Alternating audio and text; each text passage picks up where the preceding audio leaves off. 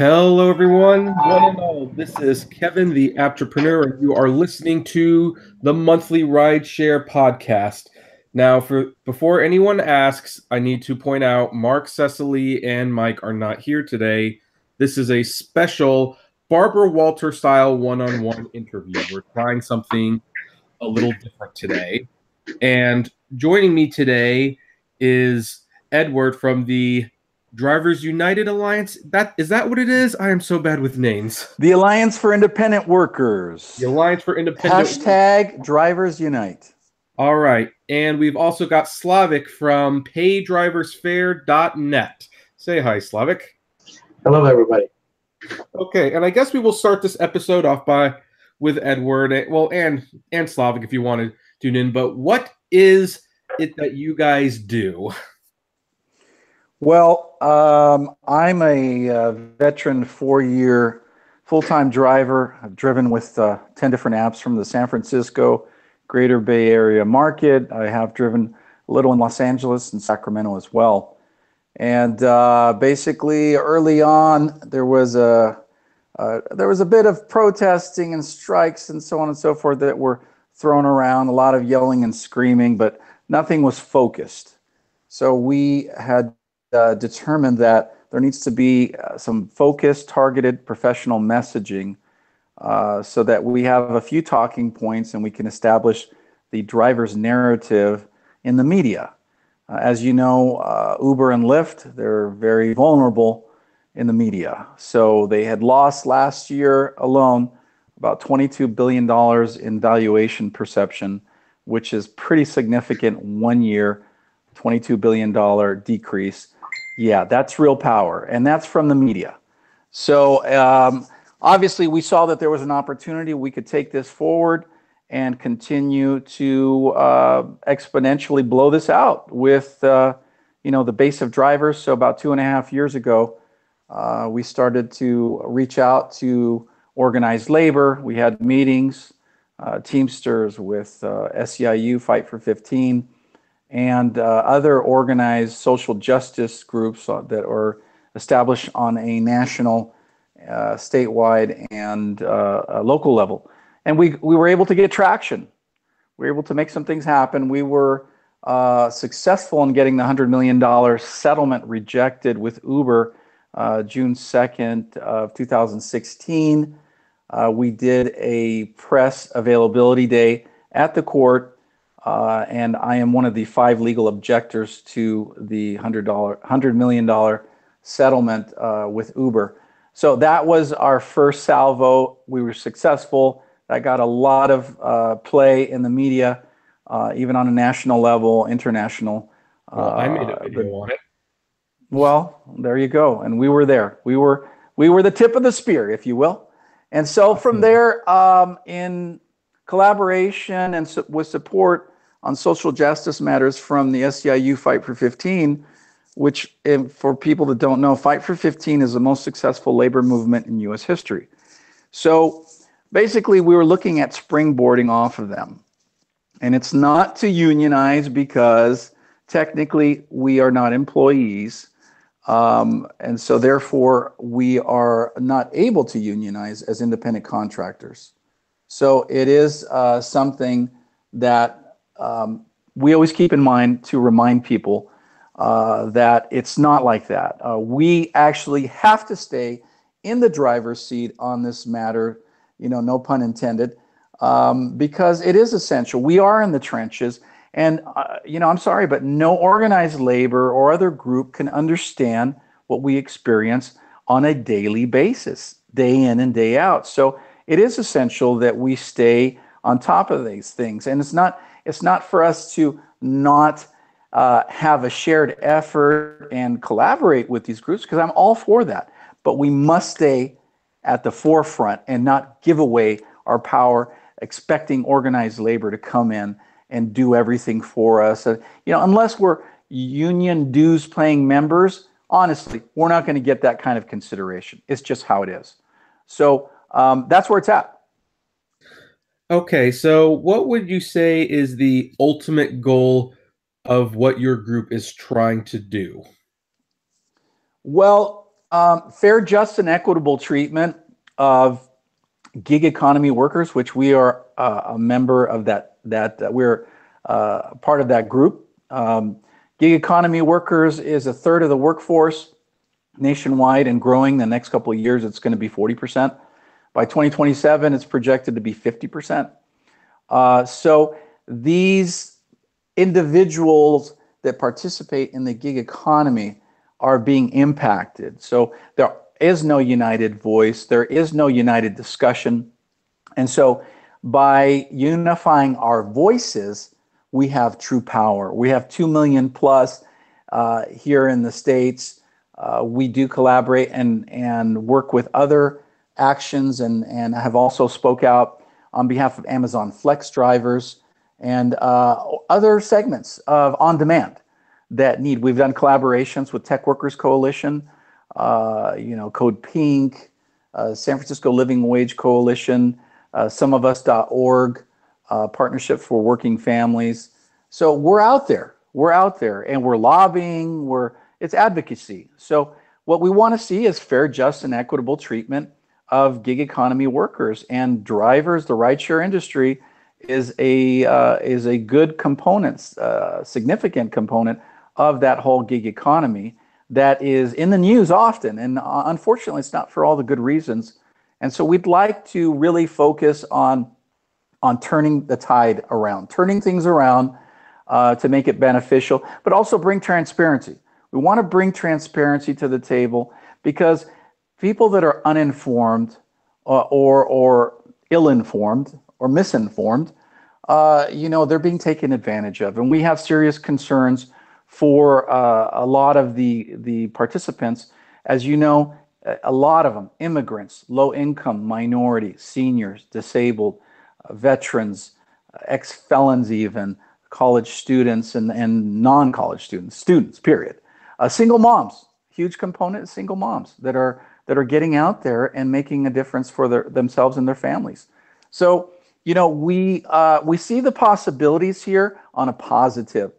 There's a lot of drivers that, due to ignorant denial, they almost appear to work for corporate Uber and Lyft because they have apparently drank the corporate Kool-Aid and they toe the line. Now, I understand and I get that for newbie drivers because they know not from what they are speaking of because they're starting new. And of course, it makes sense. You're starting a new job, a new work opportunity. Why would you start it if it's not something that you have a positive attitude towards? So you have to believe. I get it. But there's also misrepresentation of earning potential that that Uber was stung heavily, not heavy enough, but by the FTC for $20 million. They nailed them for false representation of earning potential. So it's there. I mean, there are gross violations on so many different levels, and beyond that, there's public safety. Hey, there's public safety. There's the environment with all this traffic congestion. So ultimately, anyone who's listening that's not even a driver or a rider, hey, the fact is, if you're a taxpayer with the Walmartization of rideshare led by Uber, you're going to pay for what Uber's responsibility does not cover. Their corporate responsibility does not cover because they're going to shift the burden onto taxpayers. All these drivers that are not aware that self-driving is right around the corner. 2021, Lyft says by 2021, they're going to have half of their driving fleet, replaced. So by self-driving. So we need to be aware of what's happening and not live in a state of ignorant denial. So our primary focus is to bring transparency. And in doing so, the truth will set it straight.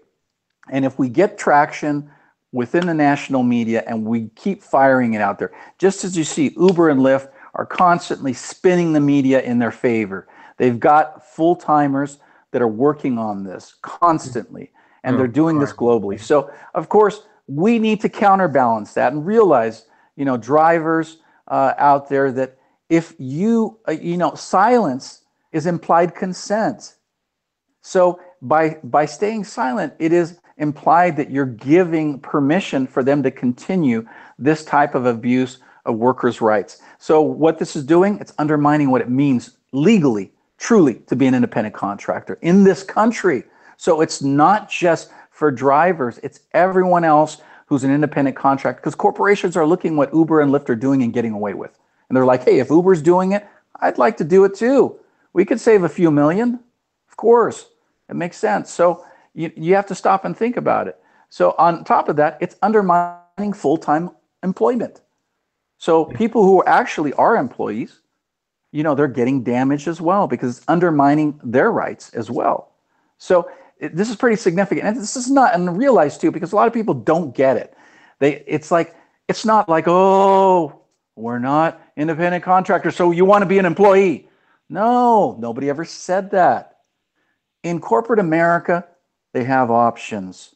They have corporate employees. They have corporate independent contractors that they bring on. The bulk of what they do have is employees. They flip the script on us. So the bulk of what they have are independent contractors. And then the rest of them at their HQs, they have employees. So they flipped the script on us, and we actually bought into it. So let me ask you this. I know a lot of my viewers would want this question answered from I assume you're a lawyer, right? No, I have studied contract law. I have a degree. Okay, well, I am familiar. And studier. Well, let me say this, Kevin. Okay. Anyone who has a smartphone, make it smart and make it work for you. All you have to do is just Google it, and you'll get your answers there. Ask the right questions, you'll get the right answers that you're looking for. So no, it doesn't require anyone to have any specialized legal knowledge or understanding of legalese. No, it's not. But you should already, if you're a driver, if you claim to be a driver truly in this profession, you should already know, a self-employed independent contractor should already know about many of these things already.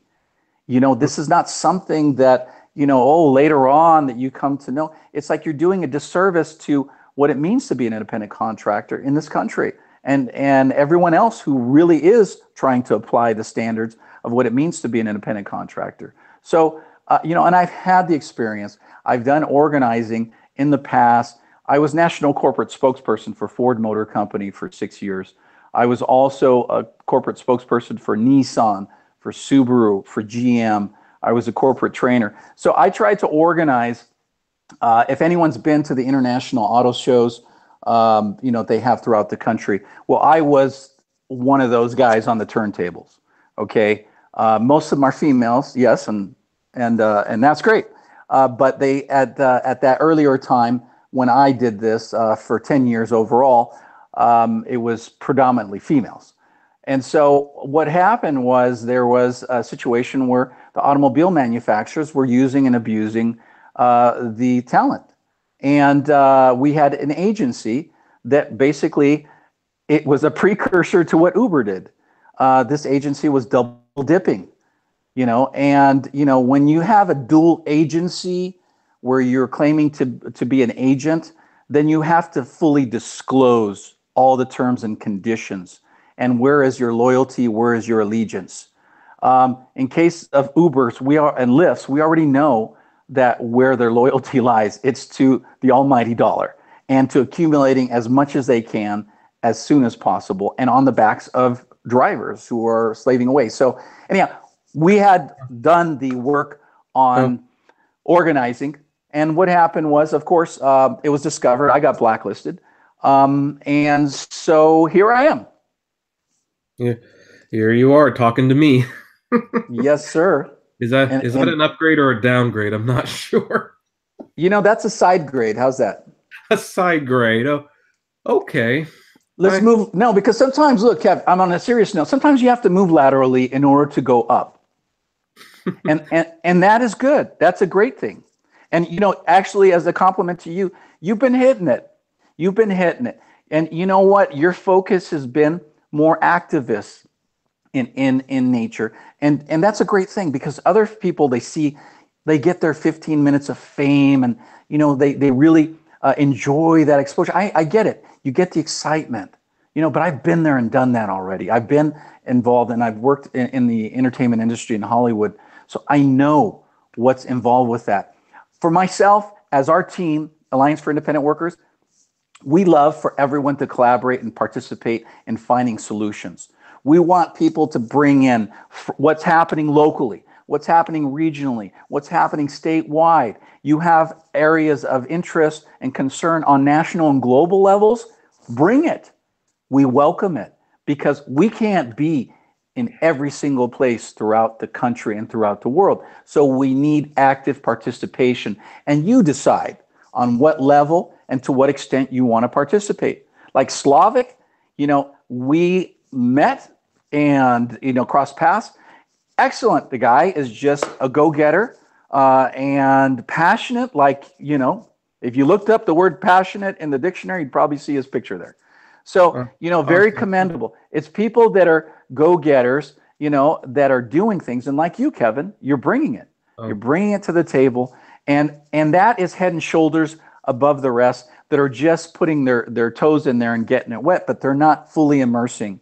And it doesn't require, as I tell folks, it doesn't require a full-time commitment. I'm a full-time driver still, and that's a struggle, because I still have to drive and make money while I'm doing this.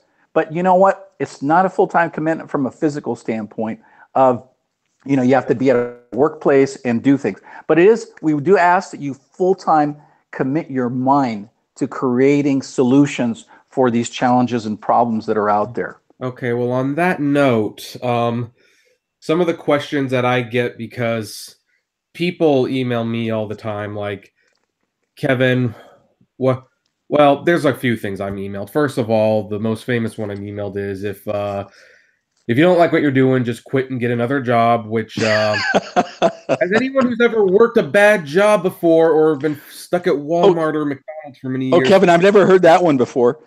Yeah, that's a lot easier said than done. But a more important question, I think, and I think this is definitely relevant. It's one that I struggle to answer sometimes, but people say, like, I want to oppose Uber and Lyft. I want to join the fight. I want to basically not drive on St. Patrick's Day or 4th of July to stick it to them. But honestly, I don't have anything else going on. Like, even if like, I don't have another job, this is all I do. So let's take it point by point here, Kevin. The first that you said was, hey, if you don't like it, then leave it. Right? It's like love or leave it, right? It's a whole flashback to the Born on the 4th of July, which I actually have met the personality that movie was based on. And let me tell you, okay, there are some of us that have other options, but let's not be self-absorbed and think just of one's particular plight. Let's think about everyone else. There are other folks. Difficult for some people because they got into this for themselves to make money for. No, and they are, and I understand that. So when it comes to striking, protesting, and we're not there yet. As far as an organization to effectively call a serious strike that's going to impact Uber and Lyft, so we don't advocate that be done at this early stage. Down the road. Oh, hell yeah, definitely. It's a tool in your arsenal that you use as an organizer on behalf of, fighting for the rights of laborers and workers. You use it. You never exclude it. But I believe in workers' actions. I believe a day that you take, 2-3 hours out of your time, you show up at a location, we bring in the national media, the local media, and we make a field day out of it. We have our talking points, we have our speakers, we have our actions to address particular matters. A number of drivers committing suicide, other ones being sexually assaulted, a number of things that are happening. I mean, you just take your pick. Right. And it's always popping in the national media. And you focus on a few of those talking points. The national media, the local state media, they love it. They love it because you're feeding them stories. And how can the drivers properly see? This is another thing that people ask me. They're like, okay, they like your suggestion, and I guess this is why we have Slavic here. But I mean, what is the best way for people to, like, really commit to that and know where these events are even happening? Well, I mean, and that's where we're getting better and better at getting the word out. You know, we're using Twitter, we're using texting and email, social media. So that's the whole thing. You know, when people say, "Oh, you're trying to unionize," no, we're trying to unify. That's why we have hashtag drivers unite. You know, it's not saying hashtag drivers union, it's hashtag drivers unite. When you unite together, the voices, we are 2 million plus strong. It does get attention if the talking points and the messaging is done properly. So yes, and then of course you have to let the press, the national media, local media know what you're doing. So it's all doable. And yeah, we're using these different forms of communication tools to get that better aligned so it could be more immediate. We need to have that kind of flash mob potential where if there's an action that's called, boom, people could be there within a matter of short time, like minutes. I mean, eventually it should be where people, when we call for an action, like perhaps a strike, and you know we do 1 hour nationwide, then everyone shuts down for an hour. We give them a taste. Then 2 hours another time if they don't listen. And we have demands. We make clear demands. Now, for the drivers, we have particular demands that are common across the board, and that is fair fares. Okay? For fair fares, then number 2 is going to be driver's app transparency, and that means full disclosure of all the terms and conditions. That means how much are the riders actually paying, and you know what is this thing, because they do this shell game on us with the whole arrangement of compensation. There's these bonuses and this, and if you don't jump through this hoop, and if the wind's not blowing from the east, and it's not a day in the month with a T in it, then you don't get the bonus. Then they throttle you back. I mean, all kinds of stuff happen. We already know that. So we're not going to go into that minutia. But the deal is this, is that clarity, driver's app transparency has to happen. And that is full disclosure of all the terms and conditions so that if you're a real independent contractor and self-employed business person, you should know this already. You should always have the full terms and conditions so you can make a sound business decision, whether it's viable to you, and then you make that final determination whether to accept that contract offer or to reject it. And that's fair, just, and equitable. But that should be a win-win-win situation all the way around for all players, not win-win and the driver loses. No, not acceptable. So the third item will be driver safety and protections. You know that there are so many drivers that are reaching out to me. We did a news blast with Telemundo and NBC News Bay Area back to back. We were the top of the news for the 10 o'clock news on a Friday night. You could check it out. It was the Uber. It was a New Year's Uber driver sexually assaulted in San Francisco. And we did those interviews and we knocked it out of the park. And that was a driver who came to me and said, "I need your help. Uber's not listening." So the point is, though, if you do these things moving forward, you need to be prepared to stick to it and not just, it's frustrating. We're not getting a response quick enough. No, we are. It does take time because we're just building this from the ground up. And it takes a while for the traction to come into play, but it's there and people do care. So we need to broaden our messaging so that it includes the general public. Because once we tap into that, that's real power. This is not just about drivers and riders. When we tap into the general population, that's real power, and the politicians are forced to listen. Can I actually add something to the question that Kevin asked? Sure, go ahead, Sam. I feel you've been ignored a little this whole time. That's okay. To explain a little bit the organization, we're focusing on going not just national, going actually international. So certain people will be put in charge over certain countries. Then it's going to be broken down into states and then into cities and towns. So anybody actually that say, "Hey, I want to pitch in, I want to help," we really appreciate it. There's a way that you can actually get hold of us is actually go to paydriversfair.com, click on About page, go down to the form, fill out your information, and make sure you include your contact information, including your Facebook information, and we will add you to our Facebook page and start sending you information that you need to start organizing in your area. There's also National Uber Lyft Drivers United on Facebook as well. You can check that out and join in there. We could get information. You can reach out to us, on the messenger as well. My pseudonym on there is Al Lyons, A-L, and then second name L-I-O-N-S. If you say it real quick, you'll understand that it means alliance. Yeah, so the Alliance for Independent Workers.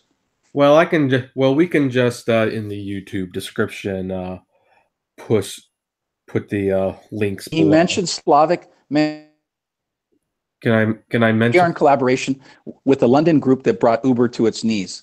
So that's power. And we have contacts in other parts of the globe because this is a Uberization of the world. And, honestly, I always want to make sure to include Lyft in this problematic challenge that we're facing, because they actually started the egregious violations in public transportation to begin with.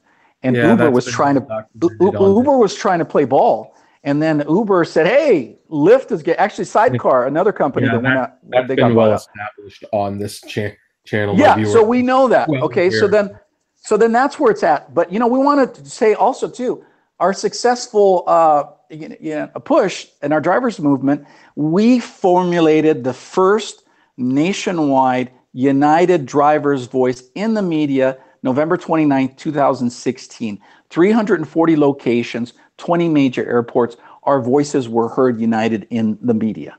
That was the first time ever. That came from our group and our action, the movement that we did.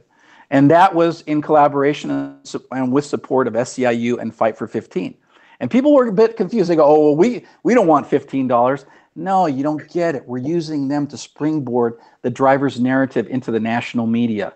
So no, of course not 50. We need to make more than 2-3 times what an employee would make, more than minimum wage. Because when you net and look at the operating expenses and you look at the net that we're taking, and then you look at after taxes, we're making really, really like minuscule amounts of money that is just horrendous." So without getting into too much detail, this should be a pretty simple answer.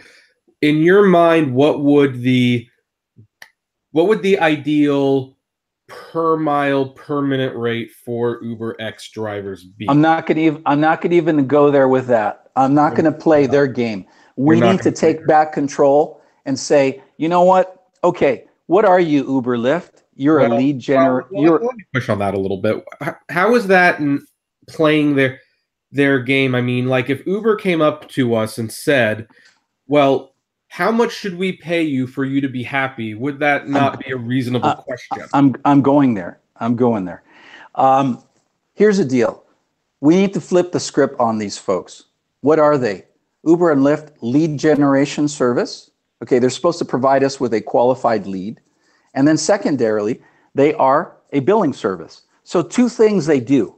Now, having been a real estate broker and mortgage broker myself, I understand we've dealt with lead generating companies in the past. Qualified, there's qualified lead generation, and that there's fraud and other things with customers, and we get left holding the bag. That's illegal. That shouldn't be happening. But staying on point here, they're a lead generation. They should be paid a fee for a lead, a flat fee, and that's it. Maybe $1, $2, $3, and that's it. Perhaps a monthly subscription service so that it separates, the serious people from others, who really want to be focused and bring some professionalism to the table here.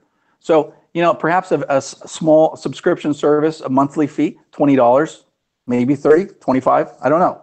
But that's something that it needs to be fair, just, and equitable.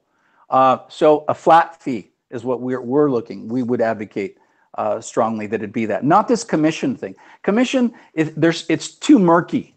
It's too murky there. There's too much gray there. And that Uber and Lyft exploit the gray area very effectively. Well, so what we want to do is flip that. Commission should be really simple, actually, and it used to be really simple. It was 20% of the fare. What murkied it up was when Lyft and Uber started charging for miles that weren't driven. That's when it got really murky. But what is commission? And what is commission if not a form of compensation? It's a fee that they want to charge. So let's make it a flat fee then, not a percentage base. That's the problem with the commission. It's a percentage base and what they're doing. So and this is all over. This is all over, Matt. And they're double dipping. You know, they're charging from the rider side, and then they're charging from us. And there's not full disclosure or transparency. So who the hell do you represent? You claim you're our partner, but do you backstab your own business partner? Well, in their case, yes, they do. So the term defined as partner is not applicable in this case. Well, Uber's kind of got a mixed message going there. I mean, on their live streams, they say we're their partners, but to the IRS, we're their customers. So if that's not a contradiction, I don't know what is. So, and that contradiction in terms is actionable in court. And it's somewhat even criminal because misrepresentation, whether intentional or unintentional, and in this case, we know it's for corporate profits, that's intentional. That's fraud, that's criminal. And yes, that's punishable. So, you know, I would not tread lightly on it as if you're walking on eggshells with this, Kevin. You know, they're the ones who brought this type of deception, horrendous business practices to the table.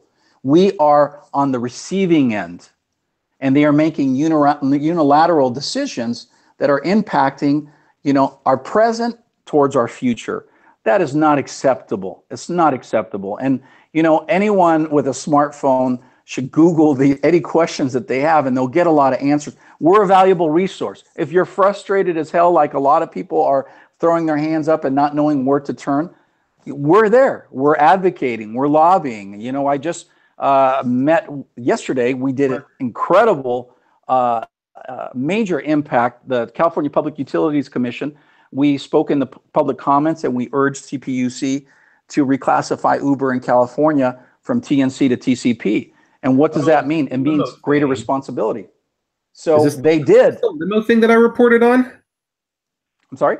Is this the limo story that I reported on? It just happened yesterday. I just reported that Uber had to sign up for under these business licenses and pay 3 years of back fees or something. That's correct. And we were there. We were part of that. Yes, we were there speaking. Okay. And so, on that note, because I made that video, and I don't know if you watched that video, but I had some nice things and some concerning things to say about that. It was like, well, okay, that's, I mean, I kind of like that the government's being held or they're holding Uber a little bit accountable, but is this not overreaching? So in your opinion, is this a step in the good direction, and why? Well, it's proper classification is what it is. Can I add something on this topic? It's proper classification is what it is. Because if it walks like a duck and quacks like a duck, and yet Uber and Lyft call themselves a chicken, it's just not acceptable. The Brits, they challenged Uber, and Dara went over there, the CEO of Uber, with hat in hand, and they're basically, you know, on suspension, on appeal. So, you know, the Brits are doing it. The drivers there are even more organized under the IWGB, the Independent Workers of Great Britain, a union who's actually stepped up, not waiting for, you know, all the drivers to be converted to employees and then charge the membership dues. No, these guys are stepping up and making difference. So they've gotten serious traction and have hit Uber significantly. And here we're in their backyard. I mean, there's no excuse for that lack of action on our part to actually make a difference. I mean, it's just ridiculous. So CPUC, come on, they fell asleep at the wheel long ago. They empowered this whole thing to occur from the get-go because, as you know, Uber and Lyft headquarters is in San Francisco. That's right in our backyard.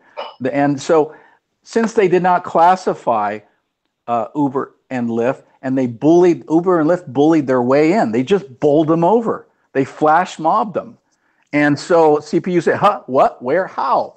And they didn't have the enforcement. The way they did that, ironically, is by initially paying the driver so well. Like Uber was such a great thing to drive for early on that a lot of people, like, myself included, kind of did their lobbying for them. I don't think they really needed lobbyists because we supported them, and that's why I wonder, like, how dumb can you be? You do realize that you'd have us all on your side if you treated us a little better, right? We used but then look at what you just said is significant. It's because they don't feel that they have to. The end game, as you know, Kevin, is rush to self-driving cars, like yesterday. Yeah. Okay. So what do? You placate the drivers, which you just bait and switch them, and you tell them whatever they want to hear, and not even that. I mean, the app re-release. Come on, Kevin, what was that? The 180 days of BS change. What was that? Well, it's buying time. It's buying time. Or listening to this live on YouTube, I'm about to get the comment section like flaring up. What do you guys think of the new app? and now let's watch the text messages come in like a little flurry. I'm sorry, guys. I'm just having a little fun. So getting back to and what is there to think? I mean, all you have to do is look at Dara in the vehicle when he drove around Market Street around Uber HQ, picking up his own staffers, that are brown-nosed up the kazoo. Come on. And the guy looked like he was a deer caught in headlights, like he's never even driven before. It's like, what did they, like, boost him with some meds and say, okay, Dara, now walk and talk like you know what you're doing? It's like, none of them knew what they were doing in that whole corporate presentation. And we pay them the big bucks out of our pockets. They're making all these billions off of our backs. And that's what minimal effort they do in putting together a presentation. Shame on them. Shame on them. And we should hold them to a higher degree of accountability. And let me tell you, a lot of drivers, they have their pushback and everything. I tell them, look, I don't blame Uber and Lyft for this. I blame us drivers for giving away our power and letting them do this to us for so damn long. That's what I blame, because we stood there and we took it. That's a whole nother argument, and it's one that I'm not going to completely agree with you on, because well, let me tell you, there's such a high churn rate, Kevin, that it's built in by design, that the old senior veteran drivers, they drop off. They go away. They don't even care if they go away mad. They just go away. So there's not a passing of the baton, the knowledge, that wealth of information to the newbies. And where's the interactive areas anyways? At the staging lot at airports? Because that's basically it. I mean, that's the biggest mistakes that Uber and Lyft made, is to put us drivers together in a bullpen like that, because then all the bitching, moaning, groaning, complaining comes out there. And you see the real truth. But I tell folks, it's like, hey, do you want to be clucking like mother hens? Or do you actually want to do something and take that energy and focus it to be action-oriented? Because together, united, we have strength. So think about that, and let's discuss this further. It's there, Kevin. It's there. It's just for us to take it to the next level. And that's where we welcome everyone to participate. Yeah. As I say to them, Kevin, I say, you're either part of the problem or part of the solution. You decide. No one's going to force you to do anything here. But we welcome, all types of solutions and suggestions to find the answers for the greater good. And it's not just drivers, riders, the general public, society at large. Well, some people would say, including in this very chat log during the podcast, that no amount of money will ever satisfy us, and we'll just complain and moan anyway, citing that Uber has raised the rates in a few cities, and people are still not happy with, the 5 to 10% increase. So what do you say to those people? Can we just not be pleased? Well, is there really an increase, Kevin, or are they giving us back just a little of what they took away? Let's call it what it is, because you already mentioned earlier where things were at. When I first started driving 4 years ago, how much we were doing good? Personally, I think that the people who are getting the pay increases are the rates where the fuel prices are getting high enough that they honestly can't skirt by it anymore. Mm-hmm. And so they're doing that to help try to cover some of the higher gasoline, like, because, for example, like in Orange County, California, the gas is like almost $4 a gallon now, so they raised it 10%. However, in Sacramento, California, and one of my readers just emailed this to me a couple days ago, so I know, sent me a notification that they weren't getting a rate increase, but the booking fee was being raised. So Uber would make like 20 cents more per ride, but gas prices are still at around $3 a gallon over, $3.25 a gallon over there. So I think Uber thinks they can kind of get away with that, if you will. Well, yeah, and they do, and we let them. So we have to assume responsibility for, this. Once you are empowered with knowledge, then now you're responsible. And I know that a lot of people, they shy away from that because responsible means that you have to take action. And if you do not, then you become part of the problem because you knew better and yet you did nothing. You did nothing. And so that's where it makes a difference. And here we're offering a tool of empowerment for people to say, hey, you know what? I heard about this guy, this group, this team. I want to be very proactive about this and stop being reactive to, oh, well, Uber did this and Lyft did that, and complaining and whining. No, be proactive and take charge for the direction of the rideshare industry drivers that we can take. And that's how we do. We don't go with hat in hand to Uber and Lyft. You never try to negotiate from a position of weakness because it goes nowhere. Assuming that Uber and Lyft don't care about us is your first smart step that you make. And you take on the full responsibility to make a difference in your own life. And if you're struggling to survive, do what you got to do. I get it. Maybe you can't continue to drive, but it doesn't mean you should give up the cause because this is about what it means to be an independent contractor in this country and also public safety, the environment. There's so many different areas that you could continue to participate that you don't have to continue to be a driver. And we don't want people to feel forced and obligated. I can say with a fair amount of confidence, most of my viewers, pretty much their main concern isn't the environment or congestion or even honestly what Uber's worth. It's just how much they're making. But it can be very hard to convince people to actually do something. I keep holding this over everyone's heads, and some people say that I'm petty for continuing to bring this up. But when I was mentioning, when I was live streaming the live stream for the new app, afterwards I was like imposing a couple tweets to Uber, and I encouraged like my 300 plus people viewing, guys, write a tweet similar to this and do it now. And I think 5 people did that, and had all of them done that at once, Uber hashtag pay drivers fair would have been trending on Twitter, but nobody. Well, here's the deal. Like, look, people, they say what they say about the fares, the rates. Okay, if you're happy or fine with where it's at right now, how about if it goes south and goes down a slippery slope, a nosedive here, and it gets worse? So you're going to be working more and making less. Are you okay with that? Because I mean, come on. Because we didn't do what we needed to do early on, it nosedived. Now you have to work 4 times as hard in order to make the same amount of money. And it's just utterly ridiculous. How many hours in a day or how many riders can you actually take within an hour? You're limited. You are truly limited.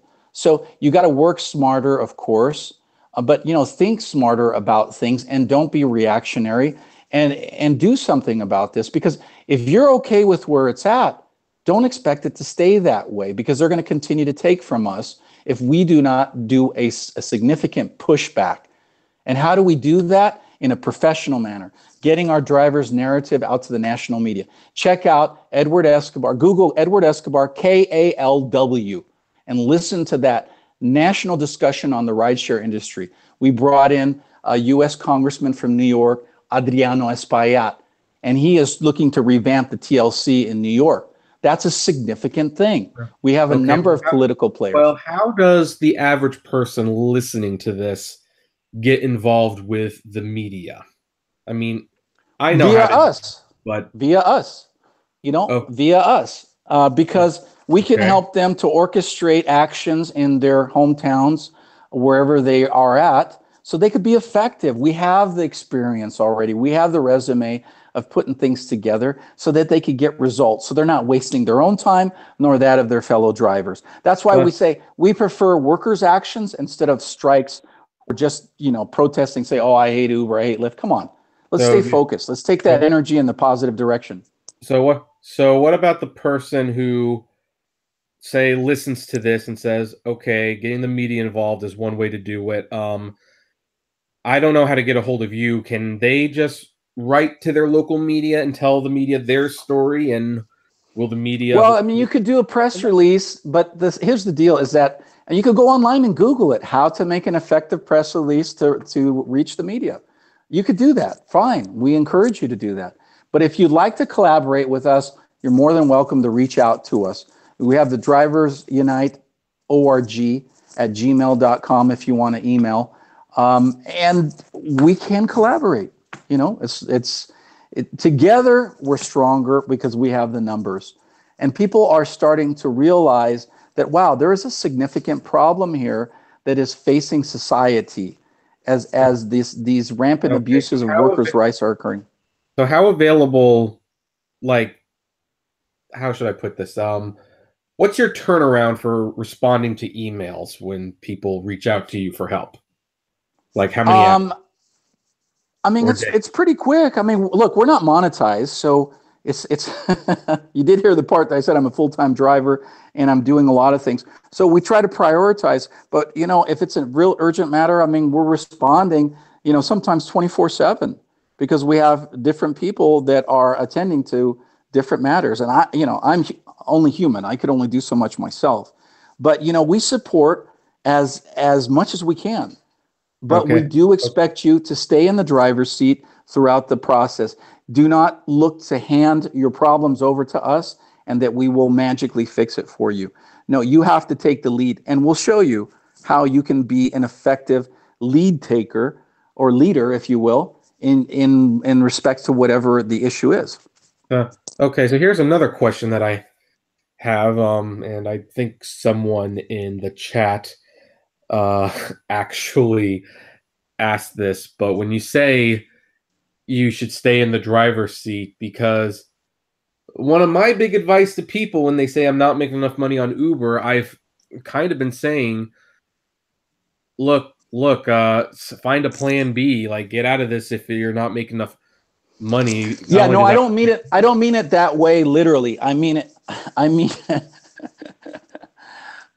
It's just an expression, and meaning that to take the lead and stay in charge of your own destiny. That's what I mean. It does have a double entendre and double meaning to it. Yeah, that's correct. And if you're going to stay a driver, then yeah, by all means, stay in the driver's seat. The bottom line is this: don't expect for the direction of your vehicle to change by trying to influence the direction of your vehicle while you're in the trunk of the vehicle. You have to step up. You have to step up. And when we do step up and we are able to make effective results occur together, united, wow, that's amazing. It's very empowering. Okay, so simple, the bullet points, without too much description, the bullet points, what can people do to effectively protest Uber and enact change? To protest, well, actually, all we're doing is illustrating, what's already on the books and things, and we're telling the politicians and the regulatory agencies to do their job. That's all. And we're collaborating with other established, credible groups nationwide that already have the traction. So just by association, we're already 1 foot in the door, and we get that credibility. So to affect that doesn't answer the question. That's actually not what I asked at all. I asked, what can the drivers do? Bullet points. That's what they're looking for here. Well, you have to first identify what your specific issue is. With great clarity. With great okay. clarity. Whatever your specific issue is or your bone of contention, and you have to document that. Okay. Okay. I mean, that's your first point, like anything. You have to evaluate what the challenge is. And I'm not even going to call it a problem. Let's say it's a challenge. It is. And so you have to analyze that situation and determine what it is. And from there, then we're able to see and work in conjunction with folks that want to bring it to our table of how we can help to find some solutions to that challenge. So, I mean, we keep it simple. It's really simple in the approach. Some things, are a little bit more involved and may take a while. If you've been a whistleblower, if you're being retaliated against because you spoke out against Uber or Lyft, or and you did so, maybe you challenged them, maybe because of wage theft or a sexual assault or mistreatment by a rider in your car or something, and you were unfairly deactivated and you have no recourse. Then document all that. You got to do all your homework, collect all that information from the waybill, anything else that you have. As soon as an incident occurs, you start documenting. You start writing it down. You start videoing. You start tape recording. You do whatever. Digital recording, tape. That's going to be a challenge because Uber, and I actually haven't made a video about this yet, but Uber changed the waybill system so that you don't have certain key information anymore. Right, but you have the ticket, and that leads back to the individual. So basically, cover all your bases, CYA, cover your ass, but document, the date, the time, everything that you can put down on paper. Because if you have a paper trail, you got to be thinking in terms of what you're going to be required by a judge if you have to go before a judge in court. So you have to be convincing, and that is convincing. The beauty is in the details. The more details you have, the better your story sells. The more convincing your case is, the better chance of winning your case. It's that simple. Mm-hmm. Yep. And by the way, to all the readers who wonder, how am I supposed to document this so closely when Uber waybill takes away from this? I'm under the impression most of you are not using Uber's navigation system. And if you're using Waze, especially, they keep a nice little history of all your trips. So write those down after the night is over. Yes. Immediately, just if you need to, go old school, a piece of paper, a pen or pencil, and write it down. If you could use pen and paper for documenting at least I used to. I have not driven in a couple months actually, and I'm it's odd. I kind of miss it because I really enjoy doing it, but I'm also kind of proud of that because I basically finally said no to Uber. Mm-hmm. And of course, right now my car is wrapped through Rapify, and apparently I might get deactivated if I try driving. Yeah, well, what is that? Should be because that's because that's your car. It's control mechanisms, and even we've been taking on the airports on this matter as well because they say we can't do it. Well, wait a second. They give special privilege to like shuttles and buses that have writing taxis do too. Hey, wait, we're transporting people just like them. So do you see where it's not fair and balanced there? So we can push it, and if we all push it in a united format, then we get results. But just to squawk, and just make noise is not effective, and it's a waste of your time, and it's frustrating as hell when you don't get any results. So let's not have a frustration of purpose, and that is a legal term, by setting yourself up to fail. Let's work together on common grounds to collaborate, and then we could seek to achieve great success in a united format. We can do that because we could build upon each other's experiences and situations so that we could take it to another level. And that's what we're looking at doing, because realize, folks, this is uncharted territory. This is a whole new frontier. That's why there are no legislative checks and balances in place to shut this down. And we're not looking at shutting down Uber and Lyft. We just want to make them behave. No, we want them to rein in the corporate bad behavior. as much as possible. And they only do that when they're unfortunately shamed in the media or taken to court. And that is even a long time to accomplish that, because they have so many lawyers on their legal counsel team in-house that, they just throw money at the situation. They overwhelm, any other legal challenge. So, but in the media, that is where they're most vulnerable, and they do have to respond, because otherwise it impacts the perception from their venture capitalist investors presently and newer ones that they're trying to acquire. So yeah, we do have significant strength by doing that, because it has an exponential impact on it. It's a ripple effect, and it's exponential and viral in nature. And as already the delete Uber campaign and how that took off. Susan Fowler, how she brought down Travis Kalanick. Well, we're in collaboration.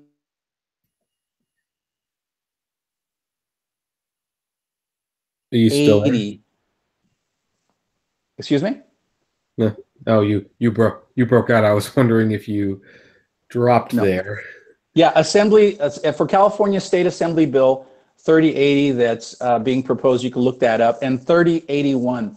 3080 is against forced arbitration, which is the way how Uber and Lyft are taking full advantage of us as drivers.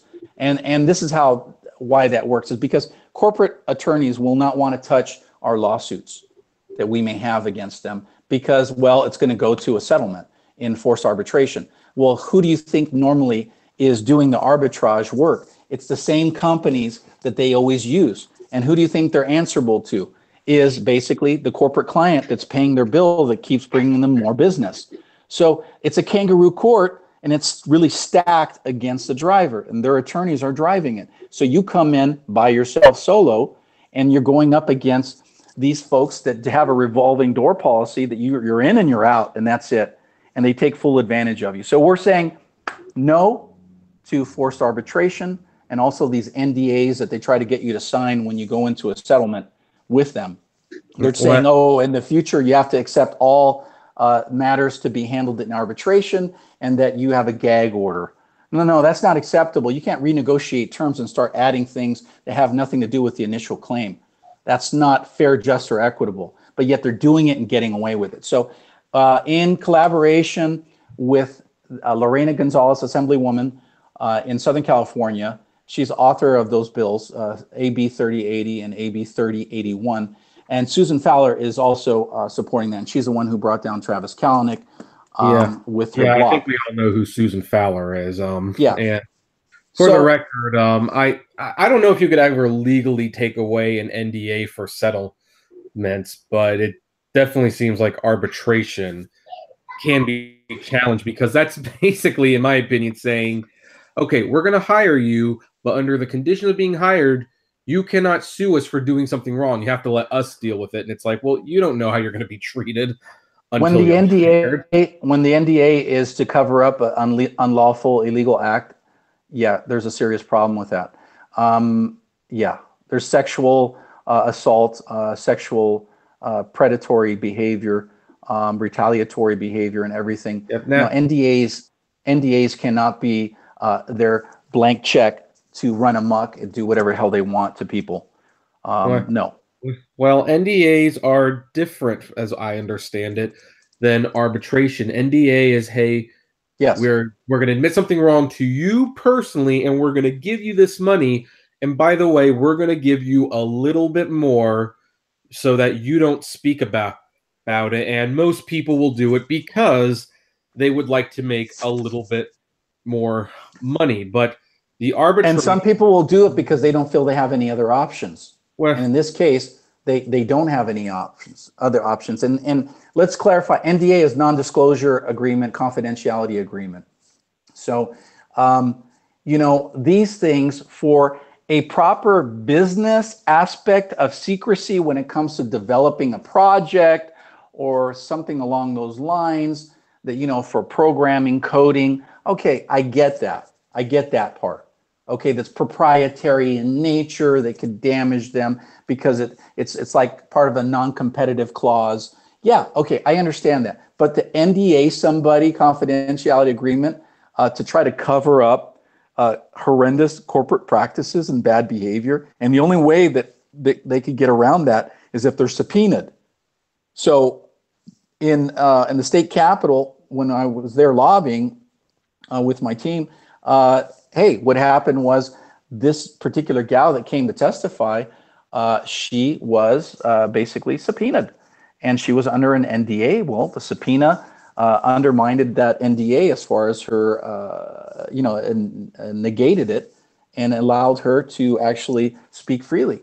But that's not the case in many cases. So we need to look at where the human rights aspect is being undermined for corporate bottom line profits. That's where it's not acceptable, and we need to address that all along, because we have to pull together, people. If you don't, we're going to be pulled apart, and divided we stand, right? Presently. Well, okay, well, here's a question for you. Divided we stand, or sit down, or drive. Here's a question we should be, for you, Edward. They have a question.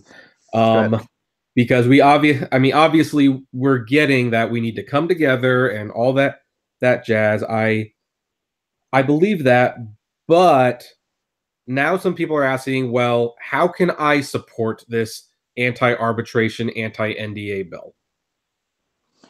Well, they can actually contact us, and then we can direct them. You could always contact Lorena Gonzalez Fletcher's office. She's in Southern Cal. We could give you the contact. Just look it up. Just Google it. Lorena Gonzalez Fletcher's office, and you'll see it'll pop up. The state capitol in Sacramento office, and then their district office. So it's there. Just Google it. Oh, okay. So is there anything else that you guys are working on that we should know about before we wrap this up? Well, there's so much. We are firing on so many different levels that it's amazing. It's an exciting time to be here in what's going on. And the reason I say that is because we are actually seeing results, and we are also really turning the tide when it comes to being proactive and giving drivers an opportunity to release that frustration that they've been had pent up and built up for so long. And they're saying, wow, look, there's actually a source that we could do it. And it's not like, there's a membership fee, or there's not any other like monetizing scam or anything like that. It's just a real deal. We're actually doing things, but we need everyone's participation. Oh, okay. Well, I will have all the information in the description below for those of you listening to this on iTunes or Google Play. The Google Play Store and the Apple Store will also have this information. I'd like to thank Edward for coming onto the show, and Slavic, even though he kind of got sidestepped in all of this. So sorry about that, Slavic. Hey, hopefully you'll have me back. Well, we'll see. I'm always open to the idea. Anyway, guys, thank you for listening. The next podcast, Cecily, Mark, and Mike will be back, and we will be doing our usual rambling banter.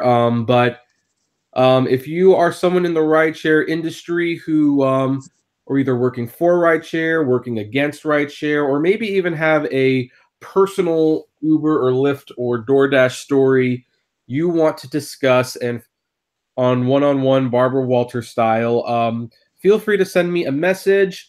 Maybe we can get you on one of these special editions of the show. For everyone else, comment below, like, favorite, share, subscribe. If you enjoy the content that we make here and want to see more like it, consider becoming a Patreon member for $1 a month. And as always, flame responsibly. Have a good one.